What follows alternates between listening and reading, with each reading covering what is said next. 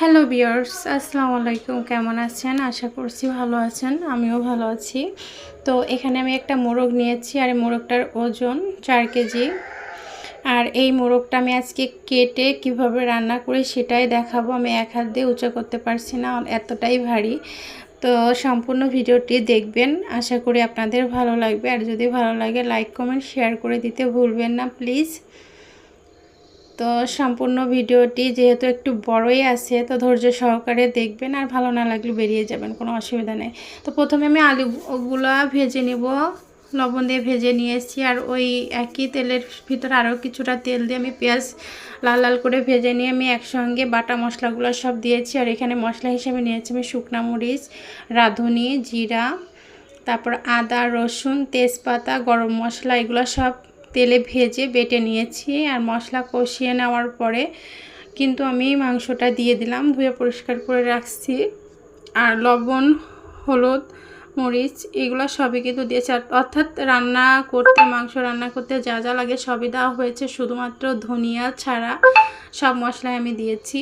তো প্রথমে আমি কিন্তু কষিয়ে নেবো, যেহেতু মোরগটা তো অনেক বড়, এর মাংসটাও বেশ শক্ত হবে, তাই কষিয়ে নিতে হবে বেশ ভালো করে। তো আমার কষানো শেষ, এবার ভেজে রাখা আলুগুলা দিয়েছি। আর আলু ভেজে নিলে কি হয়, খেতে না বেশ ভালো লাগে। এমনি আলু খেতে একরকম টেস্ট, আর ভাজা আলুর টেস্টটা আরও বেশি ভালো। আর যেহেতু আমি সব মশলা বেটে দিয়েছি, রান্নাটা নিশ্চয়ই অনেক অনেক ভালো হবে, কারণ পাটায় বাটা মশলার স্বাদ অনেক ভালো আসে গুঁড়া মশলার থেকে। তো আমি আলু দিয়েও ভালোভাবে কষিয়ে নিব। যেহেতু আমি প্রতি শুক্রবারে একটা করে লং ভিডিও আপলোড দেই, তাই আজকে আমি এই ভিডিওটা আপলোড দিব। তো পরিমাণ মতো ঝোল দিয়ে দিলাম। এবার ফুটিয়ে নিলেই কিন্তু আমার রান্নাটা রেডি। এখানে আর তেমন কিছু দেওয়ার নাই, সব কিছু দেওয়া হয়ে গিয়েছে, শুধু খাওয়ার অপেক্ষা, রান্নাটা শেষ করার পালা এটাই। তো আমার রান্না প্রায় অলমোস্ট ডান, দেখতেই পাচ্ছেন। আর আমি যেহেতু ঝাল ঝাল জিনিস পছন্দ করি, তাই আমি একটু রান্নাতে ঝালটা বেশি ব্যবহার করি, আপনারা বাড়িয়ে কমিয়ে নেবেন।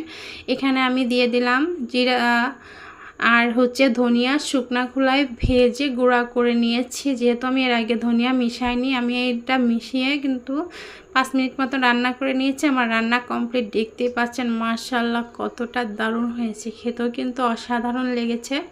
যদি ভালো লাগে আরও একবার বলছি লাইক কমেন্ট শেয়ার করে দিতে প্লিজ প্লিজ ভুলবেন না। আর যারা এখনও আমার পেজটিকে ফলো দেননি তাড়াতাড়ি করে ফলো দিয়ে দিবেন।